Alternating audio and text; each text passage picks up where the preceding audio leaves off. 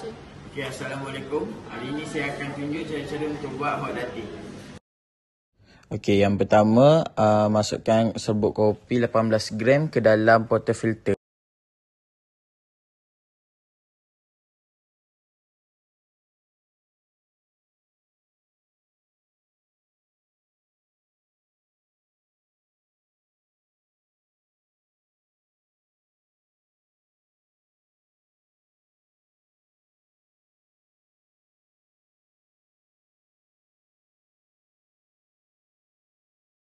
Okey, yang kedua pula, ratakan dan tem dengan temper supaya permukaan padat dan rata.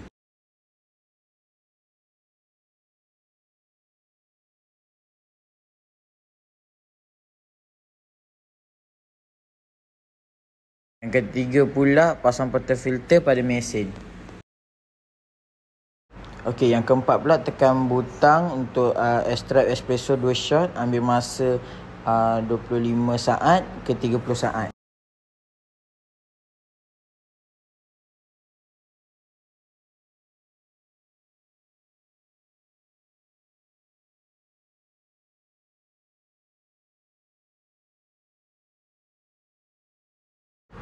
Okey, yang kelima pula, tuang susu sejuk dalam filter.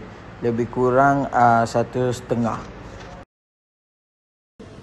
Okey, yang keenam pula, letak steam white sedikit di bawah susu permukaan untuk dapatkan 40 darjah Celsius kepanasan dia.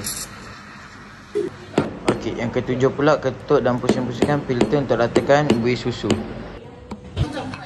Okey, yang ke-8 pula, tuang espresso shot ke dalam cawan.